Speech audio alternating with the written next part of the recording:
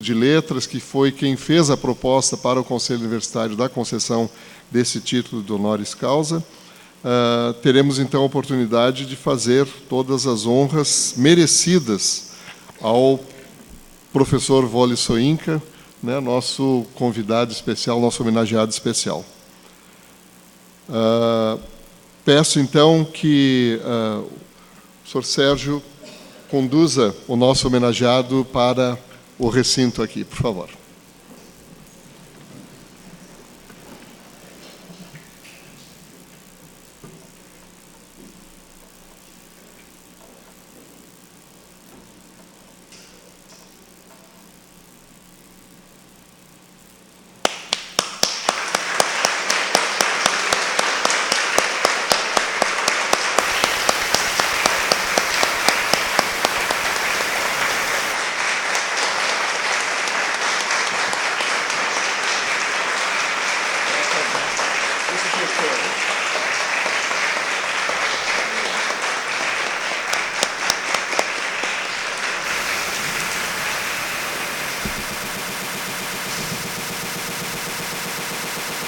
I would like to invite Professor Sérgio Minuzzi, the speaker of this ceremony, to read the University Council decision and, following it, to make his speech of introduction of our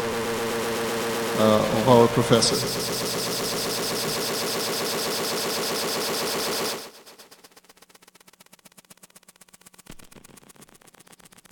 Decision number 236 of 2017.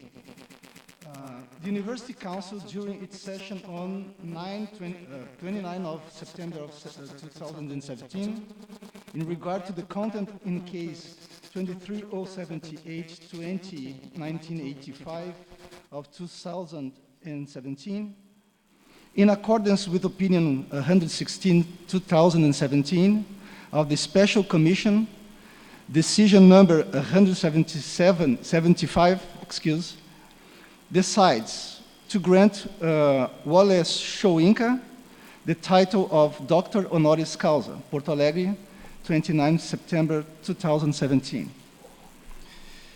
So now I go to the speech.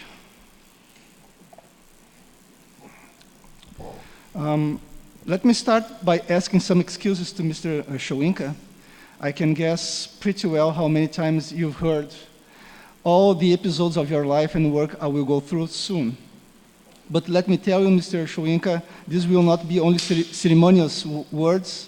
They are a way, pretty conventional, I concede, to express all the admiration we have for what you are and what you achieved. Wole Soyinka was born in July 1934 in Abeokuta, Nigeria. His family has its roots in the Yoruba people, a culture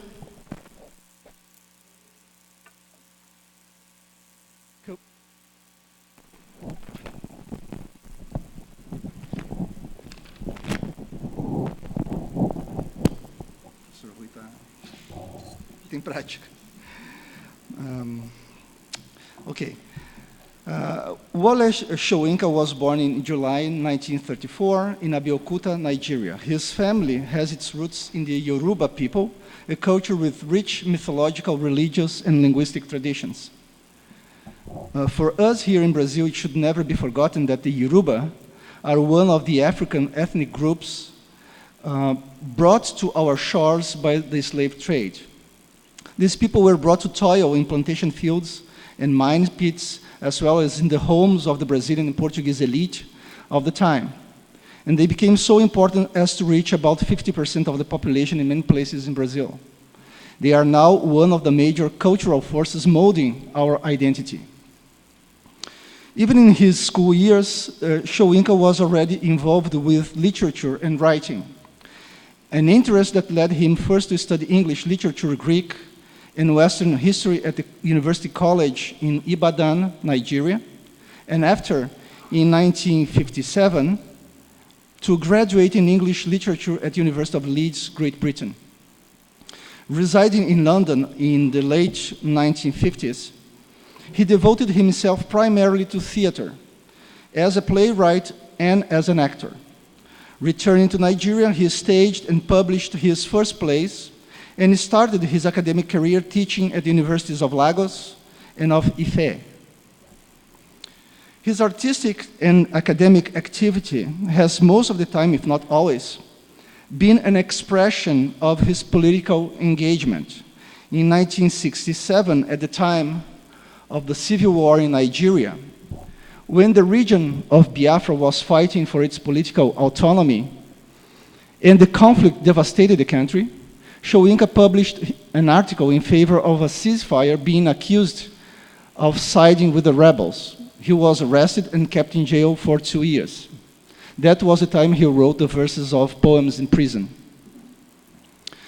In freedom after 1969, he continued his impressive creative activity, writing poetry, plays, essays, staging plays. This work matured into an innovative dramatic poetics, characterized by the convergence of classical and Western traditions with the cultural and mythical universe of his homeland, especially of his people, the Yoruba. The originality of his work got international recognition by the time he published one of his most known plays, Death and the King's Horseman, based on an episode occurred at the time of colonial Nigeria. The play was published in 1975 and premiered in 1976. A few years later, in 1986, he became the first African to be awarded the Nobel Prize for Literature. And again, artistic work and political engagement were united. And the opponents were and are all sources of oppression. In his speech on the occasion of the prize, Wole Soyinka spoke out against the undemocratic regimes of Africa, including, of course, South Africa's apartheid. But he also spoke out against the prejudices of Western culture and Western society towards African people and their culture. And at the same time, he acknowledged the dangers an artist face when challenged by shocking inhuman situations. The artist may either freeze up completely, or he may abandon the pen for far more direct means of contesting unacceptable reality. To me, it seems almost impossible not to consider the last option when you have to face a political system of naturalized injustice and oppression.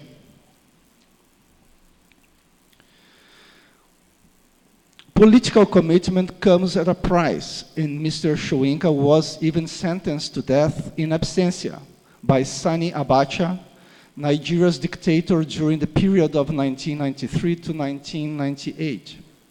By the time he was sentenced, Soyinka had already fled from the country and compelled himself to voluntary exile, accepting teaching positions in American and European universities. He was definitely living a life of a citizen of the world, concerned with all kinds of political issues of our world, struggling to keep democracy and civil rights in the agenda of the international community. For example, he worked actively for the International Parliament of Writers, an organization set to provide support for artists who are politically persecuted in their own countries. By now, it should be plain why Mr. Soyinka's achievements have won him a Nobel Prize for Literature. He is a great artist,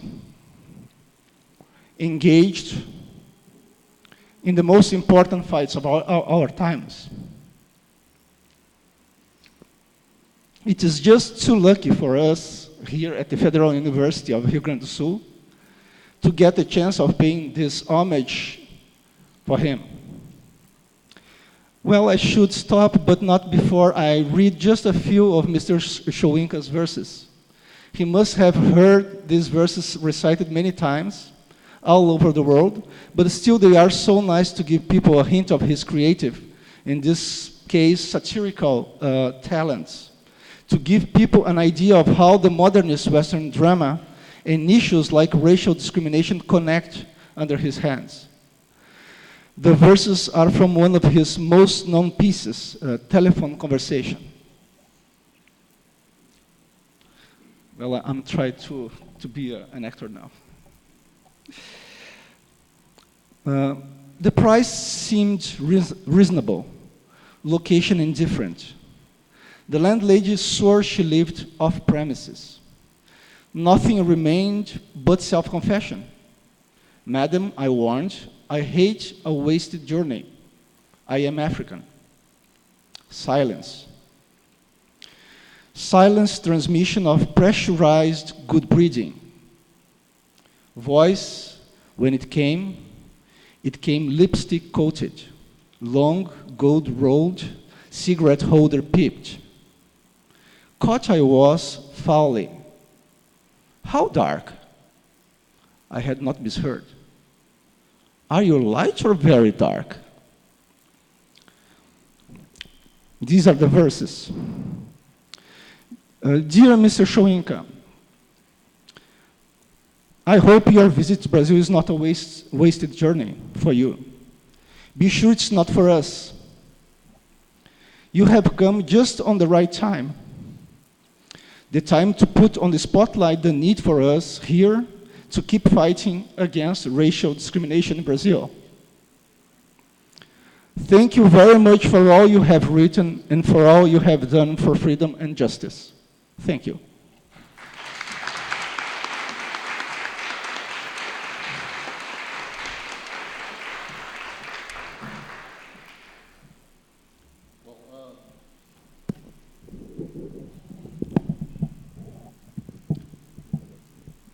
Thank you, Professor Sérgio Minuzzi, for your words.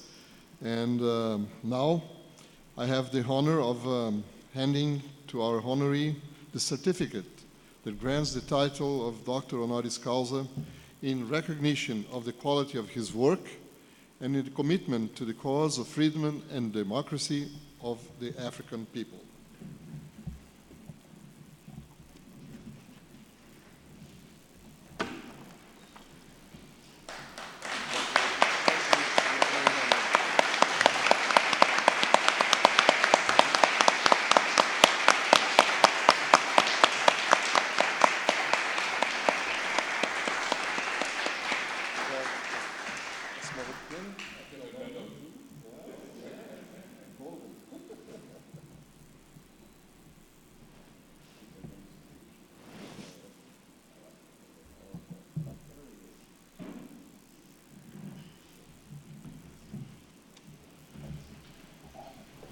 Now I pass the word to our Dr. Honoris Causa, Wole Soyinka, to give his conference.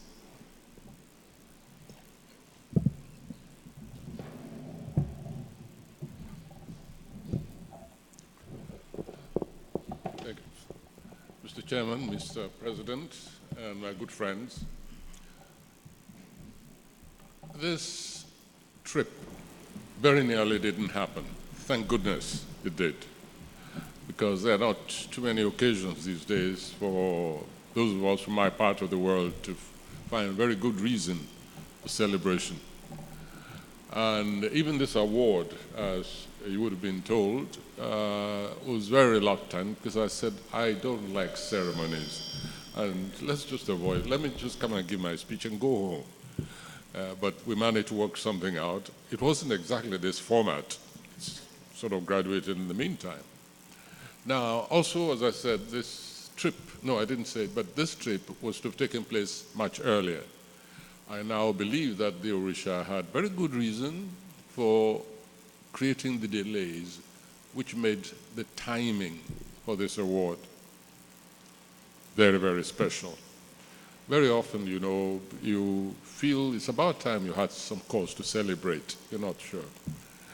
And I now believe, however, that this timing was specially organized by the Orisha, because it would be very special. It'll be so memorable for me, especially, and give sort of the final jewel in the crown of struggle for humanity. I want you all to take this as a celebration for the removal of one of the last surviving dictators on the African continent.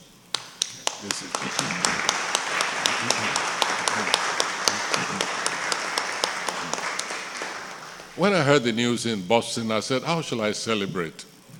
I was given a bottle of champagne for some other reason. I didn't feel like it because I had a bad cold. The cold persisted. Now I feel rejuvenated because now I have something to remember this event by, and that is that in this port, this city called Porto Alegre, which my poor Spanish tells me is the happy harbor, I finally found, yes, a good cause to be very happy and delighted at such an occasion. Thank you so much for this gift. Thank you. Thank you, everyone. Thank you.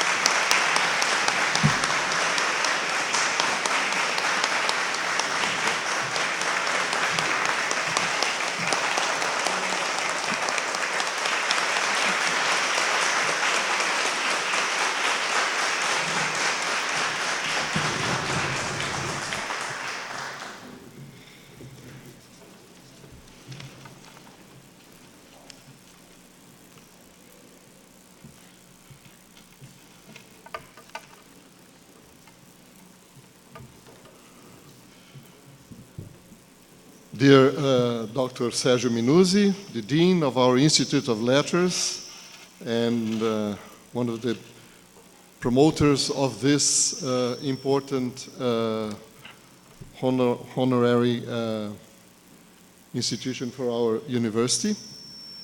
And I also salute our teachers, the staff, faculty, students of the Institute of Letters here present. Our homenagee, Wole Soyinka, Dr. Honoris Causa from URGS now, members of our council, University Council, colleagues of the Central Administration. A special salute to our professor of the medical school, Professor Dr. Gilberto Schwartzman, also president of the Bienal Mercosul, in the inspiration for the final homage we have managed here to make this early Saturday morning. Professor José Rivair of the Instituto de Filosofia e Ciências Humanas, and one of our most special academics in the struggle for the Afro-Brazilians' rights at our university and in this country.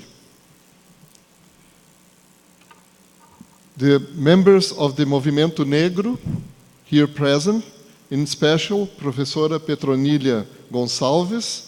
I have learned she is from our university, graduated at the Institute of Letters, doctorate at the Faculty of Education, and now academic at the University Federal de São Carlos.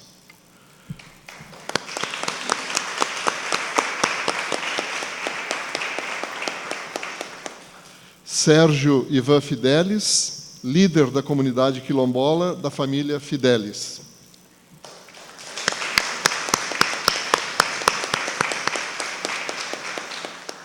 Francisca Dias, líder da comunidade quilombola de Morro Alto.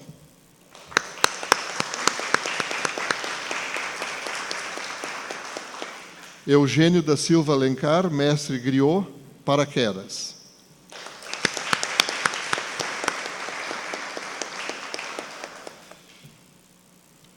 Let me go to my speech now. Dear writer and Professor Wole Soyinka, the title of Dr. Honoris Causa, granted by the Federal University of Rio Grande do Sul, is the highest symbolic expression given to personalities who have an outstanding public life and have acted for the advancement of science, the progress of culture, arts, and the development of our university. And today, as we grant you such institutional acknowledgement, we express our recognition of your successful literary and academic career with worldwide impact. URGS recognizes your exceptional contribution to world culture and manifests its solidarity to the causes you defend, which are in consonance with the humanist agenda of our university. The proposal presented by our Institute of Letters to grant you the title of Doctor Honoris Causa was based on three main arguments: the quality of your work, the importance of your commitment to political causes, especially those that promote freedom and democracy in African nations, and the prominence of your cultural position as the first African nominee awarded with the Nobel Prize of Literature. Professor Wole, URGS is one of the traditional and most renowned universities in Brazil with international reputation. Comprising more than 30,000 students, 2,500 faculty, and 2,500 staff members, our university shows its excellence, not only by those numbers, but mostly by its spirit of investigation and the qualified teaching. We also were the pioneers among the federal universities in the affirmative politics towards Afro-Brazilians in giving or granting special places for their admittance to our university already in the year 2007. Not only after 3-4 years, the federal government instituted the law of affirmative policies that granted now 50% of our places of entrance at the universities for those underprivileged, and 50% of those 50% to Afro-Brazilians. It's very little that we are doing, but it's something that the university is doing with great pride. And what we have along these years learned from this policy is first that we are giving the right for the Afro-Brazilians to come to the university, a right that was not granted to them, a possibility that was not granted to them due to all the racial and economical problems that historically Brazil has with our Afro-Brazilian population. During these years, we have observed two things that I think are very important to mention.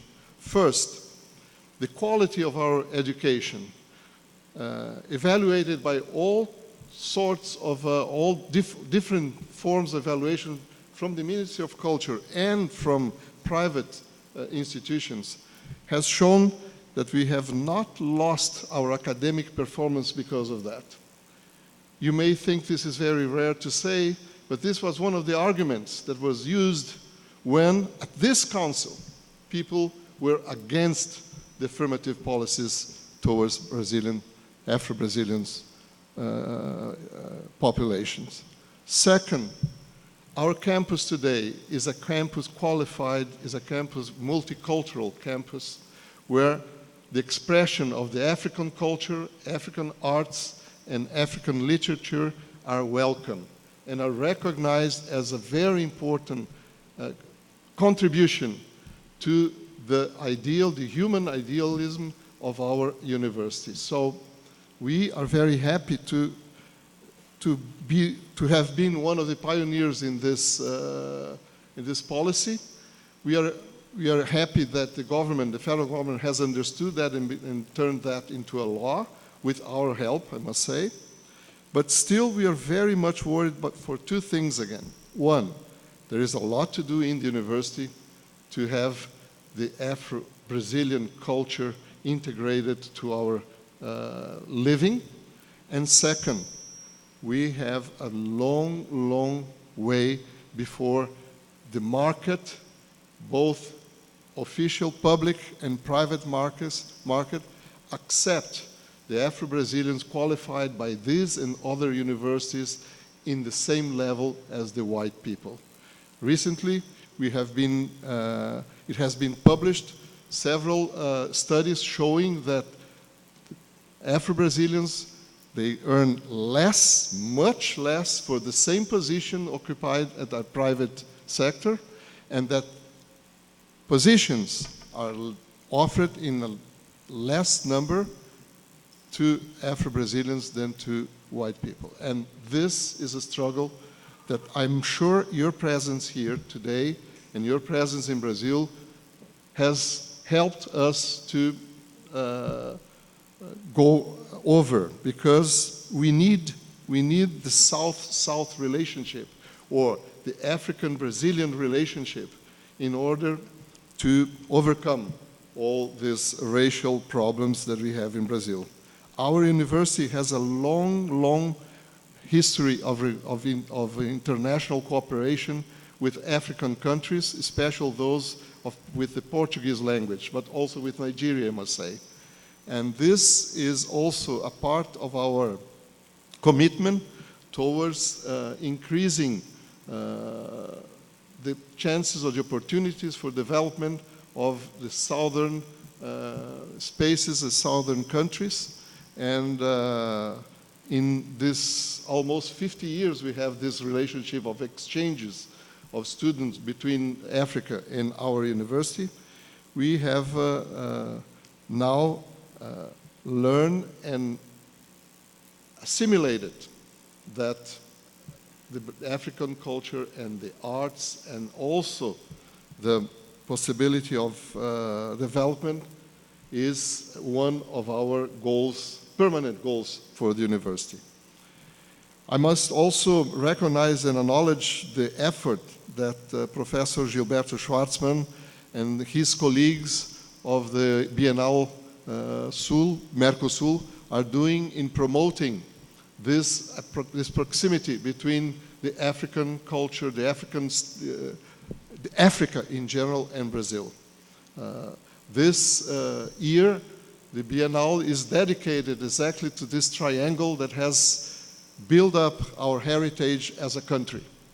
And Professor Soyinka's presence today here is much due to this effort, a very difficult effort, I must say, in a moment of this country with all the shortcomings, economical and social. So long life to our Bienal, Professor Gilberto. The university will always be a partner in developing the activities of this event, our Bienal Sul, Mercosul. It is a privilege for me to express, dear Professor, to end my speech, all satisfaction we feel by paying this fair homage to you, as proposed by the Institute of Letters. The title of Doctor Honoris Causa we hereby grant you greatly honors this university at its 83rd year of history, celebrated this year. Please receive this title as an expression of our sincere acknowledgement. Thank you very much for all.